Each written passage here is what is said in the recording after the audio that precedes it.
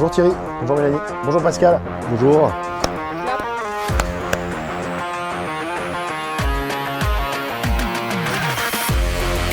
Bonjour Cécile. Bonjour Jérôme, merci d'être venu.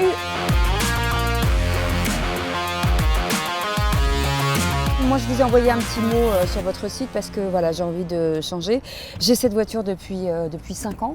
C'est une essence, elle consomme beaucoup. Pour l'instant, je ne suis pas encore dans l'objectif d'acheter une voiture ou hybride ou électrique. Ce qui m'intéresserait, c'est j'ai vu le boîtier bioéthanol. Ce qui m'intéresserait, c'est d'abord savoir si ça peut fonctionner sur ma voiture. J'ai plein de questions à vous poser. D'abord, en matière d'écologie, parce que c'est ça qui m'intéresse vraiment. Oui, bien sûr.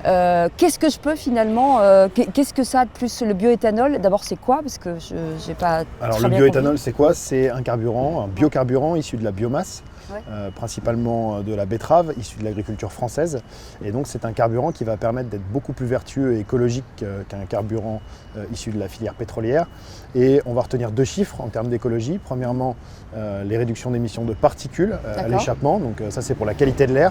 Et puis le deuxième chiffre, ça va être les émissions de CO2, où là on va être beaucoup plus vertueux qu'un carburant fossile, puisqu'on va être à moins de 70% d'émissions de gaz à effet de serre. Alors moi j'ai entendu parler de pas mal de choses en matière d'agriculture, parce que ça c'est aussi important de dire que finalement le fait de faire du bioéthanol, ça empêche d'autres cultures. Pas du tout. Aujourd'hui, le bioéthanol concerne uniquement 0,6% des terres agricoles françaises. Ouais. Donc c'est moins de 1% et même bien moins de 1%. Et puis ce sont des cultures qui permettent de faire différentes choses, pas uniquement du bioéthanol. Quand on fait pousser une betterave, on a évidemment du sucre qui va permettre de faire du sucre, de l'alcool médical, et puis également de l'alcool qui permet de faire de l'éthanol. Mais on a également des matières sèches qui vont pouvoir permettre de faire du fourrage avec la pulpe de cette betterave qui va être réutilisée pour nourrir les animaux. C'est français, c'est 100% français? C'est 100% français, on est largement autosuffisant, on exporte du bioéthanol. Ouais. Il y a une petite part d'importation qui est liée aux échanges européens, mais on est à 99% français dans le réservoir. Alors là, on est en ville, forcément, on se pose des questions sur les zones à faible émission. Est-ce qu'il y a une dérogation spécifique pour les boîtiers bioéthanol? Alors les ZFE, il y a des dérogations dans un certain nombre de villes, comme Montpellier, Reims par exemple. Mais la réalité, c'est qu'aujourd'hui, de toute façon, un véhicule comme celui-ci n'a pas besoin d'une dérogation puisqu'il est déjà en vignette critère 1. Et donc en critère 1, il va conserver sa critère 1. Après, ce qu'il en est au niveau technique et réel des particules, puisque c'est là que la ZFE va intervenir, les particules, les NOx, ce véhicule va être plus vertueux qu'un véhicule essence. Donc il n'y a pas de raison qu'il soit pénalisé. En revanche, on demande aujourd'hui à ce qu'il y ait des dérogations plus larges, ou en tout cas que les véhicules bioéthanol, même plus âgés, bénéficient de vignettes critère 1 pour pouvoir rentrer dans les ZFE. Jusqu'à 2010, il n'y a aucun problème, tous ces véhicules rentrent dans les ZFE. Là, vous travaillez sur de nouvelles certifications, de nouvelles normes, peut-être ouvrir à des accès qu'on n'aura pas de toute façon si cette voiture n'est pas montée avec un boîtier bioéthanol. Alors c'est aujourd'hui les développements en termes de nouvelles normes, en tout cas de nouveaux avantages pour le bioéthanol, c'est évidemment ça, ce sont les ZFE. Ce sont également des subventions potentielles, que ce soit de l'État, de régions, de départements. On peut avoir des aides? Il peut y avoir des aides, ça dépend des départements, des villes. Il faut se renseigner sur nos sites internet. Donc il faut vraiment se renseigner en temps réel et parfois on peut cumuler aide du département, aide de la région et aide de la ville. Ah, c'est pas mal ça. Et elles sont payées avant l'achat ou elles sont remboursées? Alors elles sont généralement remboursées par la région, ou alors elles sont directement transmises donc aux fabricants, et auquel cas là il n'y a pas de remboursement ni d'avance. Et vous proposez des tarifs particuliers? Enfin, on est obligé de payer plein pot? Comment ça se passe? Alors on n'est pas obligé de payer plein pot.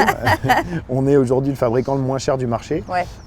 On propose des conversions éthanol en 2 types de tarification. Évidemment la tarification où on paye tout dès l'installation, donc à partir de 700 € TTC posé et homologué, donc avec les documents administratifs, et puis également des formules en plusieurs fois qui démarrent à partir de 25 € par mois, donc c'est extrêmement abordable. Ça permet de faire des économies dès le premier plein, donc il ne faut pas s'en priver. Ma voiture, là, il coûterait combien le boîtier? Alors un boîtier sur ce type de véhicule coûterait aux alentours des 1 200 €. D'accord. Et on aurait également en mensualité un boîtier aux alentours des 40 € par mois. D'accord. Et sur le type de parcours et de consommation que vous faites, eh bien on serait avec des économies une nouvelle fois dès le premier plein, et aux alentours des 80 à 100 € d'économie par mois. Ah oui, donc je suis gagnante. Très gagnante. D'accord. Comment on fait pour prendre rendez-vous? C'est sur le site, c'est sur la plateforme? Alors, on prend rendez-vous directement sur le site, soit sur le site flexfuel-compagnie.com, soit sur notre site directement dédié aux particuliers qui s'appelle roulerpascher.com, ça parle de soi. Et donc, sur roulerpascher.com, on va pouvoir acheter son boîtier, payer en ligne directement et prendre un rendez-vous chez un installateur partenaire. Et il y en a partout autour de chez moi là? Il y en a 2500 en France, donc il est difficile de ne pas en trouver autour de chez soi. Et les rendez-vous sont assez rapides, donc on peut très facilement faire sa conversion éthanol en 1 semaine à 15 jours maximum. Ah génial, ok, super. Et donc je me dis, peut-être on le monte et puis on fait un bilan. Dans combien de temps il faut que je revienne vous voir? Dans 1000 km, 1500 km maximum, l'expérience. Ça va aller vite, je vais vite revenir. Ça va aller vite, c'est parfait, tant mieux, comme ça on se revoit vite. Ok, merci. Bon alors combien de kilomètres? 1000, 1005? 1005, parce que pas mal de déplacements. Ouais, à chaque fois plein, mais franchement pas mal de déplacements. Je suis très contente parce que forcément le prix d'affichage à la pompe. Rien à voir. Rien à voir. 40 € au lieu de 90 € le plein à peu près? À peu près 45 € au lieu de 110. D'accord. Parce que c'est 60 litres, cette petite bestiole. Et ce qui est vachement bien, alors aucun problème de démarrage.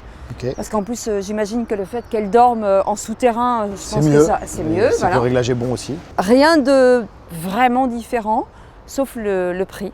Le prix à la pompe. Et en plus, j'ai l'impression de faire opérer ma transition énergétique. Et surtout, j'ai l'impression de faire forcément de faire un geste pour la planète. Et ça, c'est plutôt pas mal. Merci en tout cas, Jérôme. Franchement, je suis très contente. À bientôt. À bientôt. Au revoir. Merci, au revoir.